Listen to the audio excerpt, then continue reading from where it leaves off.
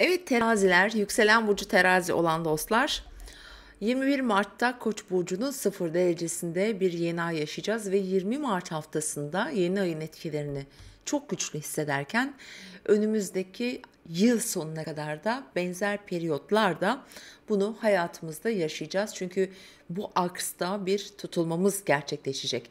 Önemli bir tarih, önemli bir derece ve sizin için de önemli çünkü siz eğer 0 derece ve 5 derece aralığında terazi burcunda bir güneşi olan ve yükseleni veya önemli bir gezegen yerleşimi olan bir teraziyseniz bu sizin için hayatınızda özellikle ilişkilerle ilgili konularda yeni bir bakış açısıyla ilerleyeceğiniz anlamına gelir.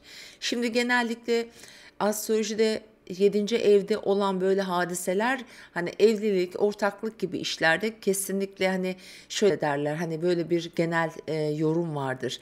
İşte evlilik, ayrılık, boşanma, iş ortaklığı vesaire gibi ama bir de şu açıdan bakmak gerekiyor. Şimdi bir tutulma yaşanıyorsa ve bir böyle önemli 0 derecede bir yeni ay yaşanıyorsa ki tutulma gibi de önemli etkileri var. Çünkü zaten 20 Nisan'da burada bir 29 derece tutulma yaşanacak.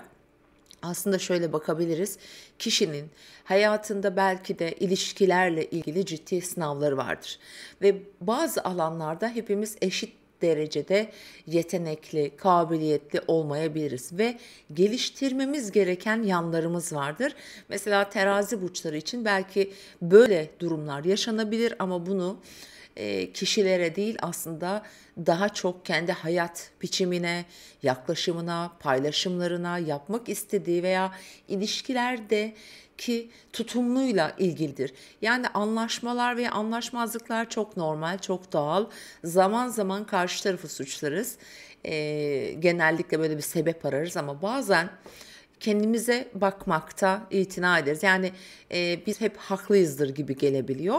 Tabii bunların her ikisi de olabilir ama genellikle hani hayatındaki kişinin eğer zafiyetleri sık sık böyle bu tür konular yaşıyorsa hayatında demek ki bu alanda kendini eksikleri olduğunu, belki biraz daha oraya geliştirmesi gereken yanları olduğunu işaret ediyor olabilir. O yüzden doğum haritanıza bakın. Bu 0 ve 5 derece aralarında yerleşimi olan eğer bir teraziyseniz bu konu bu hafta ve aslında 2024 yılı boyunca da devam edecek Koç terazi aksındaki tutulmalarla birlikte daha çok bu son önümüzdeki dönemde gündeminize gelebilir sevgili teraziler.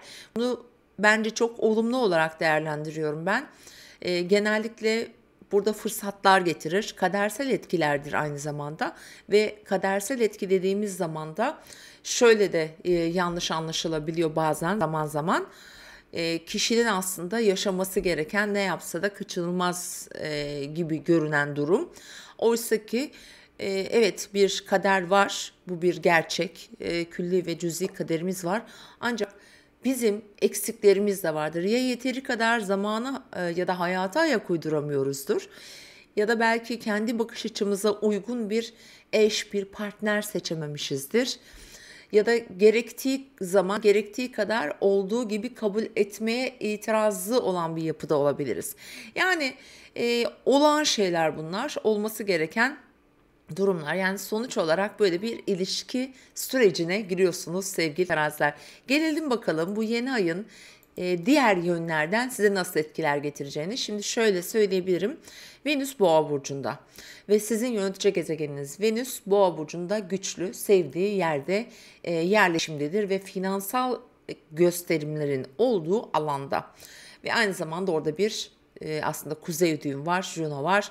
Bunlar bizim için olumlu gelişmeleri veya kişinin nerede nasıl hareket ederse eğer onun için kazançlı veya doğru hareket etmesi gerektiği yeri gösterir. Demek ki bu dönemde Venüs'ün para hanenizde kuzey düğümlü olması aslında burada bazı düzenlemeler, yapılandırmalar yapmanız anlamına geliyor olabilir. 8. ev genellikle başkalarıyla paylaştığımız kaynaklarla ilgilidir. İşte bunlar finansal konular, işte bankalar, Mesela banka hesapları, ortak paylaşımlar, eş veya ortaklı işlerde olabilir, miraslar olabilir ya da kişinin finansal dünyasında ya da hayatında diyelim bir takım konuları yerli yerine koymakta belki zaman bulamadı, belki erteledi, öteledi. İşte buralarda bize fırsat verecek bir durum. İşte bu kredi almak, borç ödemek gibi de düşünebilirsiniz. Ya da bazı şeyleri adilce paylaşılması anlamına da geliyor olabilir sevgili teraziler. Evet, Mars yönetiyor bu yeni ayı ve bu haftaya aslında 20 Mart haftasına oldukça güçlü etkileri olacak. Özellikle ayın 25'ine kadar olan kısmında Mars yaklaşık bir 8-9 aydır 9. evinizdeydi. Aslında 9. evdeki Mars her ne kadar birçoğumuzu zorlasa da siz terazilere bence fırsatlar getirmiş olabilir. Kültürel bakımdan, seyahatler bakımından, biraz daha kendini geliştirmek, eğitim belki olabilir. Ve aynı zamanda hukuki süreçleri de aslında adlandıran bir alan ama burası sık sık değişebiliyor. Çünkü hani Merkür yönetiminde bir alan olduğu için şimdi burada Merkür'ün de artık Koç burcuna ve sizin 7. evinize geçmesiyle ayın 25'ine kadar olan süreçte buradaki süreçleri bir tamamlama durumu olabilir. Bir mahkeme olur, bir sonuçlanma olabilir.